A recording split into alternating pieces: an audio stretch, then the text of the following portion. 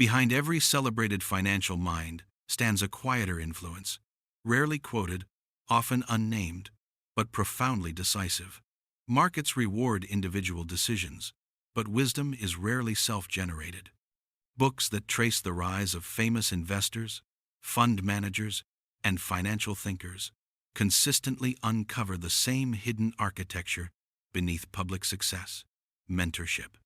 Not as instruction, but as calibration.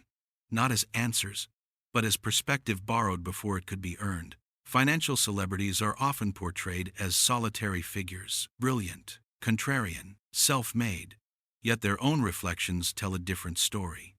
Long before recognition arrived, someone corrected their thinking. Someone questioned their assumptions. Someone slowed them down at precisely the moment speed felt intoxicating. Mentors, in these stories, were not motivators. They were constraint designers. One of the first roles mentors play is shortening the learning curve of failure. In finance, mistakes are expensive and lessons arrive late. Mentors compress time by transferring scars. They do not teach what works, they teach what breaks. Books filled with interviews reveal that many famous investors avoided catastrophic losses not because they were smarter, but because someone else had already lived through the disaster and warned them quietly, early, and without drama. Another insight emerges around emotional regulation. Markets test psychology relentlessly. Fear, greed, regret, and overconfidence arrive disguised as insight. Mentors act as emotional mirrors. They reflect back distortions before those distortions harden into identity. Financial celebrities often describe mentors who did not change their strategies, but changed their temperament. And in markets, temperament outperforms intelligence over long horizons. Mentorship also shapes how risk is understood. Young talent often associates risk with boldness. Mentors reframe it as fragility management. They teach that survival is not passive, it is strategic. Many financial legends recount early mentors who insisted on margin of safety, position sizing, and humility when certainty felt highest. These lessons, internalized early, became invisible advantages decades later. Another recurring pattern is exposure to decision-making under pressure. Mentors invite protégés into rooms they do not yet belong in. They observe how capital is allocated when stakes are real, how leaders behave when outcomes are uncertain. This exposure rewires intuition.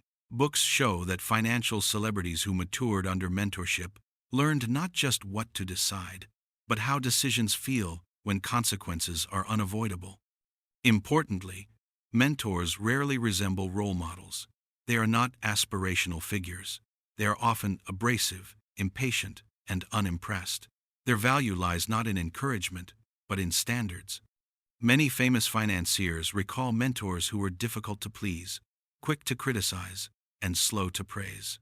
This friction forged discipline. Comfort would have produced confidence. Discomfort produced competence. Another subtle but powerful role mentors play is in shaping narrative immunity. Markets run on stories. Mentors teach protégés to distrust them. They teach how to separate signal from narrative momentum, how to resist social validation. Books emphasize that financial celebrities who endured did so because mentors trained them to stand alone psychologically long before they had to stand alone financially. Mentorship also governs ambition. Left unchecked, ambition accelerates risk-taking. Mentors redirect it. They teach patience without killing hunger. Many celebrated investors describe mentors who advise them to wait not because opportunity was absent, but because readiness was incomplete. This restraint prevented premature scale, public failure, or ego-driven exposure. Another overlooked dimension is ethical formation. Money amplifies character. Mentors shape how power is handled before power arrives. They model integrity when shortcuts tempt. The literature shows that financial celebrities who retain trust over decades often point to mentors who refused easy wins, walked away from misaligned deals, and treated reputation as non-negotiable capital. As careers progress, mentorship evolves. Early mentors teach survival. Later mentors teach perspective. At scale, Financial celebrities seek counsel not for tactics, but for judgment. They surround themselves with people who challenge consensus, not confirm it. Books show that the absence of mentors at this stage correlates strongly with hubris-driven decline. Interestingly, many financial celebrities become mentors themselves long before they consider themselves successful. Teaching reinforces clarity, advising others exposes gaps. This recursive loop learning through teaching deepens mastery. Mentorship, in this sense, is not hierarchical. It is cyclical. Those who give it extend their own discipline. The literature also cautions against idolizing mentors. The best mentors do not produce clones, they produce independent thinkers. Financial celebrities describe mentors who encouraged divergence, not imitation. They were trusted because they allowed disagreement. Their goal was not loyalty, but durability of judgment. Another key insight emerges around access. Not all mentorship is formal. Some comes through books, letters, observed behavior, or brief conversations that alter trajectory permanently. Many famous investors cite a single sentence from a mentor that reshaped decades of decisions. Mentorship is often asymmetrical in time, but symmetrical in impact. As success accumulates, the influence of mentors becomes harder to trace but no less present. Their voices echo internally, their standards persist, their warnings resurface during moments of temptation. Financial celebrities often describe hearing mentors in their heads long after contact ended. This internalization is the true marker of mentorship success. And this is where the story begins to focus. Because once we stop viewing financial success as individual brilliance and start seeing it as a lineage of judgment passed forward, the question changes. It is no longer who succeeded alone, but who listened early enough to avoid becoming their own worst enemy. It is at this point where mentorship reveals itself not as guidance, but as insulation against ego, impatience, and irreversible error, that its real power becomes clear, shaping careers invisibly, compounding quietly across decades, protecting those who learned to borrow wisdom before they could afford to lose it, unfolding patiently and decisively, like an internal compass that continues to guide choices long after the original voice has gone silent.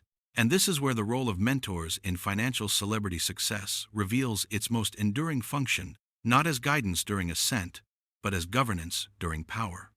In the second half of these stories, mentorship stops being visible and starts being internalized. Financial celebrities no longer call mentors weekly. They no longer seek permission or reassurance. Instead, they carry a framework, a set of standards that activate automatically when stakes rise. Books describe this moment as the transition from external correction to self-regulation. The mentor is no longer a person, it is a process embedded in judgment. One of the most critical ways this shows up is in moments of temptation. As capital, influence, and access expand, so do shortcuts. Deals that feel easy, leverage that looks harmless, narratives that flatter ego. Financial celebrities who had strong mentors early often pause instinctively at these moments, not because they fear failure, but because they recognize familiar warning signs. The mentor's voice appears not as instruction, but as friction, just enough resistance to slow a bad decision before it becomes irreversible. Another pattern that emerges clearly is how mentors shape reactions to success itself. Sudden wins distort perception. Confidence accelerates. Risk tolerance stretches. Mentors inoculate against this intoxication by teaching one core lesson early. Success does not validate method, only outcome. Books show that investors who internalized this lesson avoided extrapolating short-term wins into permanent truths.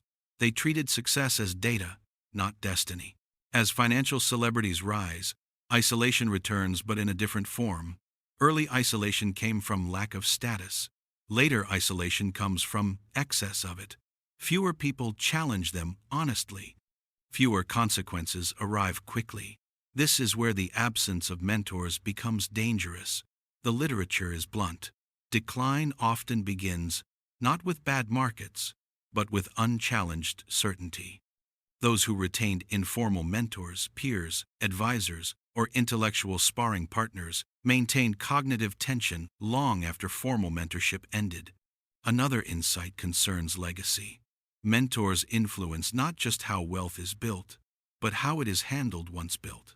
Financial celebrities who had ethical mentors tend to treat reputation as compounding capital.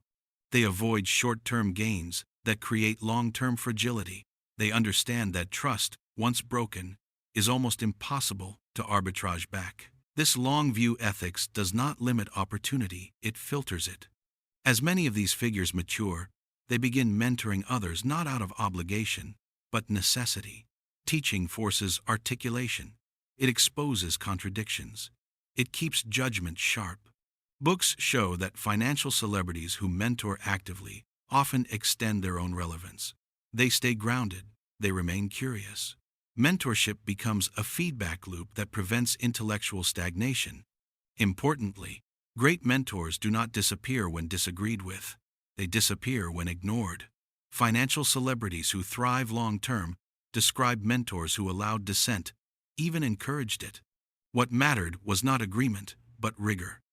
This culture of principled disagreement became a template replicated across teams, boards, and partnerships. The most revealing realization across these stories is that mentorship does not eliminate mistakes. It changes the type of mistakes made.